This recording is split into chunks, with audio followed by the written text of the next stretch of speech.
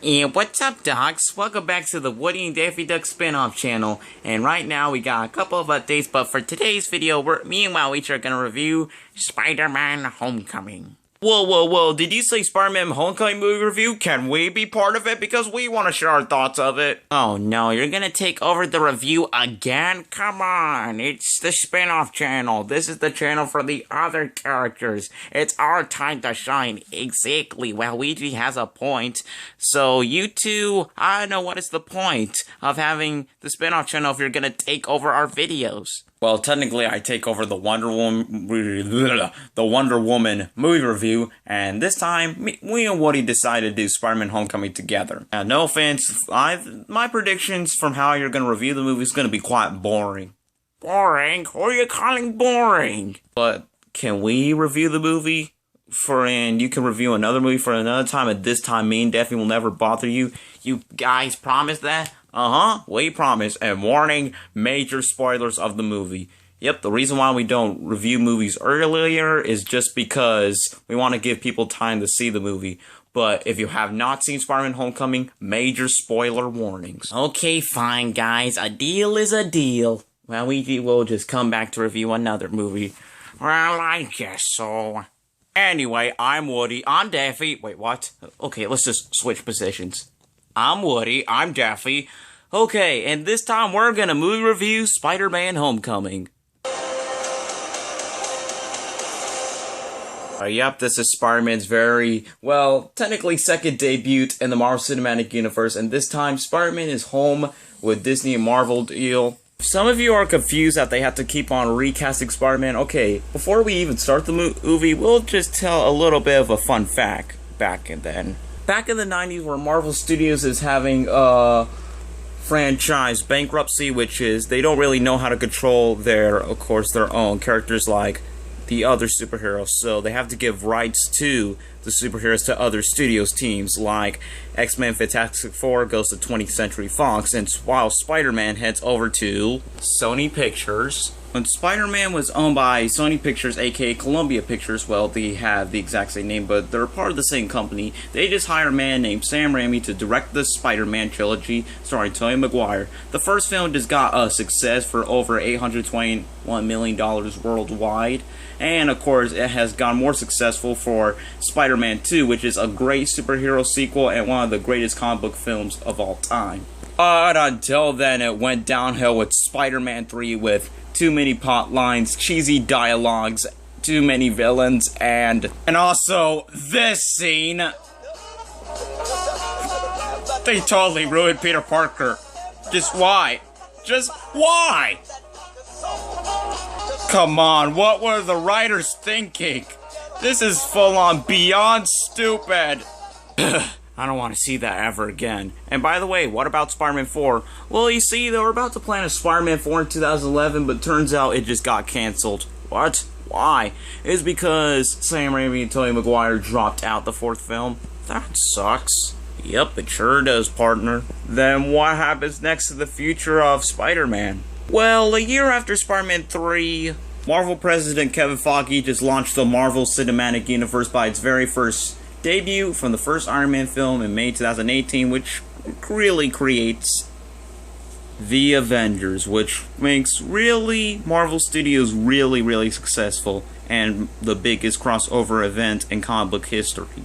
How come Spider-Man was not in the Avengers by that time? Well, the idea for Sony Pictures decided to not bring Spider-Man to Marvel, and they still want to keep the rights to him, so what do? They decide to start all over and reboot the franchise. So they decide to reboot the franchise called The Amazing Spider-Man, directed by Mark Webb. Now I know why they had to hire the director, just because his last name is Webb. Spider, get it. And of course, and it also stars Andrew Garfield. But usually the critical reviews has gone controversial. It's just that some fans are okay with it. Some fans got angry since it was another repeated story. They repeated the origin story. The spider bite's been repeated. Uncle Ben died again. So it wasn't really that of an original reboot. Then what happened? Until then, they make The Amazing Spider-Man 2. Well, it turns out it did not went so well is because it follows the same mistakes from Spider-Man 3. Too many plots and too many villains. And do you know what's even more crazier that Sony thought up? What? Since Marvel is usually successful, like making their own movies and creating their own universe, such as Iron Man, Captain America, Hulk, Thor, Guardians of the Galaxy, and Sony wants to compete with them, like making their own Spider-Man cinematic universe, but only Spider-Man characters. That's just full-on stupid right there. But until then, December 2014, Sony eventually got hacked. And of course, they don't know how to control Spider-Man well in his movies, so what do? The smartest decision was announced in February 2015, where Sony Pictures and Marvel Studios bring Spider-Man joining the Marvel Cinematic Universe. So he's home back to Marvel with the Avengers and his first debut and his first appearance in the MCU's in Marvel's Captain America Civil War, played by Tom Holland. Until then, during the Civil War, they praised Tom Holland's performance because of his age, and of course he got the character right. They decided to make a standalone Spider-Man film, which is Spider-Man Homecoming, which we're reviewing right now. So are you done for telling me all the facts so we could talk about the movie? Sure can, partner. So what do you want to start off? Oh, of course, you know what I have to say. What? Tom Holland as Peter Parker and Spider-Man is hands down the best Spider-Man that I've ever seen on the big screen. And of course, he also wanted to be Spider-Man since when he was a child. Especially during a 2013 interview, he did want to play Spider-Man when Andrew Garfield was cast as Spider-Man. But other than that, I agree with you. Tom Holland is Spider-Man because when he is Peter Parker, when he's socially awkward, nerdy, and of course you're expecting that Tony Stark only makes his upgrades for his suit and anything. No, Peter Parker is actually a smart, intelligent student in his Midtown Science School. Yes, in his school, it's all about the science. And his performance as Spider-Man, he is just amazing. I mean, of course, he's got the talent, he has the physical acting skills, and of course, he has wisecracking humor. So that's what I like about him, including the high school. When we experience high school, I'm glad this movie focused half on a high school film, since director John Watts focused on John Hughes' writing, which he writes movies like Back to the Future, Ferris Bueller's Days Off, and The Breakfast Club. By the way, this picture of The Breakfast Club from all the students posing seems similar to the cast of Spider-Man Homecoming doing the exact same pose as the students from The Breakfast Club. Yeah, so I could see the directors inspired by John Hughes writing movies. And speaking of which, the high school settings feels like an actual high school. Especially when Peter Parker's around other students. They've done it correctly. Like, there's the nerds, geek nerds, cool kids, smart A students, the jocks, the bullies. They all got it right. And don't forget the outcasts. Yep, and the outcast too. Speaking of which, Peter Parker does feel like he is an outcast. He feels like people like him when he is Spider-Man in the costume just because he's a superhero saving people's lives and he is very popular. And the other thing is, he thinks being Peter Parker is nothing that special. So that's why this movie just usually focuses on Peter Parker from who he really is. What is something good and amazing about being Peter Parker?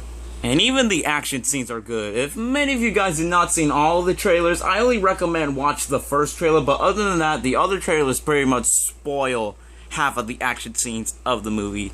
Just to let you know that. And of course, don't forget, Iron Man is in this movie. And he usually has a small role and usually the father figure role. Yeah, I'm glad that this movie proves that you can still make a superhero reboot instead of just repeating the origin story, because they did not mention the spider bite and they did not mention Uncle Ben getting killed. They just forget about that because they want to be different from other Spider-Man movies, so that was pretty smart of them. And many of you saying, oh, Iron Man, he's being too much in the movie. This is not Spider-Man Homecoming, this is Iron Man 4. Oh, I see Happy Hogan, so obviously this is Iron Man 4. Don't worry, he's only like 4 scenes in the movie, and in the trailers you probably might seen 3 of them, and there's probably 1 that you haven't seen. But I still accept the 4 scenes is because they always want to remember that this is a Spider-Man movie, not an Iron Man film.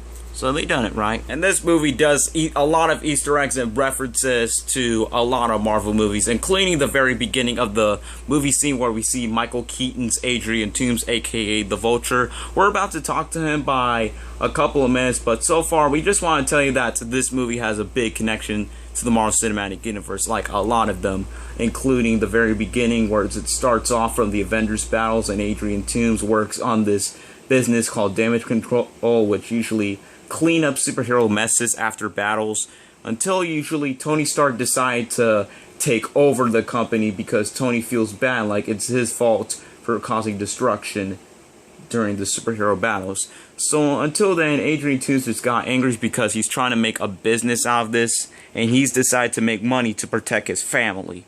And the other thing is, he decides to use weapons from Avengers battles and decided to create his own and make money off of them to protect his family as well. Speaking of which, Michael Keaton as the Vulture does an amazing performance in the movie. I mean, there's not that much good Marvel villains except Loki. That's why Loki is still sticking around in the Marvel movies. And also the gorgeous looks for the ladies. But other than that, people are saying, oh, there won't be a great Marvel villain like Loki. Well, guess what? Vulture is a great Spider-Man villain in the movie and a great Marvel villain in the Marvel Cinematic Universe. Because he's not your villain like, oh, I'm gonna take over your world. Not that type of crap. It's just that this villain is trying to set up a business, and of course he's trying to protect his own family, and there's these people who just want to ruin his business. Kind of like he's trying to steal weapons from the Avengers. Spider-Man just came in along and tries to stop him from stealing it. Anyway, let's talk about the supporting characters, including Peter Parker's friends from school. Okay, his best friend Ned Leeds is so likable and he's pretty hilarious. Yes, and of course he is a nerd himself, since Peter and Ned are both Star Wars fans, and that's why Ned is mentioning building the Lego Death Star. But sometimes he cannot keep his mouth shut, and of course he was so interested when he found out Peter Parker is Spider-Man. That's why he asked him some weird questions like, a spider, like, can you spit venom out? Can you send an army of spiders? But he's been also a helpful friend to Peter Parker, including when Spider-Man was leaving after his homecoming, when he was facing the Shocker during the school bus. Ned just spins a web out of Shocker's gauntlet, and then boom, Ned Leeds just saves the day. But what about his love interest? Oh yeah, Liz Allen. She's the traditional girlfriend role, but pretty much a likable character. Even though she is the cool girl in school, but she's also nice and of course helpful and very intelligent as well. But wait a minute, if Peter Parker is a sophomore, like that means he's in 10th grade, and Liz Allen is in 12th grade and a senior, why does he want to make out with a girl who's kind of like a couple of years older than her and she's about to leave high school? True. Until then, we get to the biggest plot twist and the biggest surprise. Everyone in the theater gasped, and I was like, oh snap. Turns out Liz Allen's dad is the Vulture. Dun dun dun. Okay, you're not making anything dramatic. Aw, the music would have been better. Okay, after when Peter realizes Vulture is Liz's dad, okay, there is this car scene and it was very intense. Adrian decided to ask Peter some questions. And of course, when he recognizes the voice, I was like, oh, have we met before? I was like, Peter, how come you weren't at the Washington, D.C. monument when my daughter's in danger falling from the elevator when Spider-Man saved her life? Okay, like I said, the reason why I like the Vulture, because he's a very smart villain and he's dangerous, especially when he says, your voice kind of sounds familiar, like it, because from the previous Spider-Man movies, Peter Parker is Spider-Man, but nobody realizes the voice. They're like, oh, I just should unmask you and see who you really are, but no, they said, your voice sounds familiar. So, finally, at least the characters are doing something smart. But until, of course, then, since Vulture was a pretty dangerous villain, Tony Stark, aka Iron Man, just told Peter to stay away from big villains and be just your friendly neighborhood Spider-Man, just fight crime for now. But until then, he disobeyed the rules. And of course, he lost privileges of having his suit that Tony made for him, which was pretty understandable. From another way, say, with great power comes great responsibility. I was just trying to be like you. I want you to be better. I'm gonna need the suit back. I'm nothing without this suit. If If you're nothing without this suit, then you shouldn't have it. And after that, he just went to the Vulture's warehouse and wear his homemade suit. Until then, he was stuck under rocks and he was crying in pain. Help! Please help me, somebody! Tom Holland did great acting, and of course, I almost cried for him when he was crying in pain. But until then, he realizes that he could still be a hero when he is alone. Until he got free under the rocks and faced the Vulture. And turns out the Vulture doesn't die, and to me, thank goodness, is because we don't want to see another Marvel villain die. And of course, Spider-Man decided to get a new suit, which is an Iron Spider suit, but he denied it and decided to just be a hero, not an Avenger yet. So I give Spider-Man Homecoming 9.5 out of 10.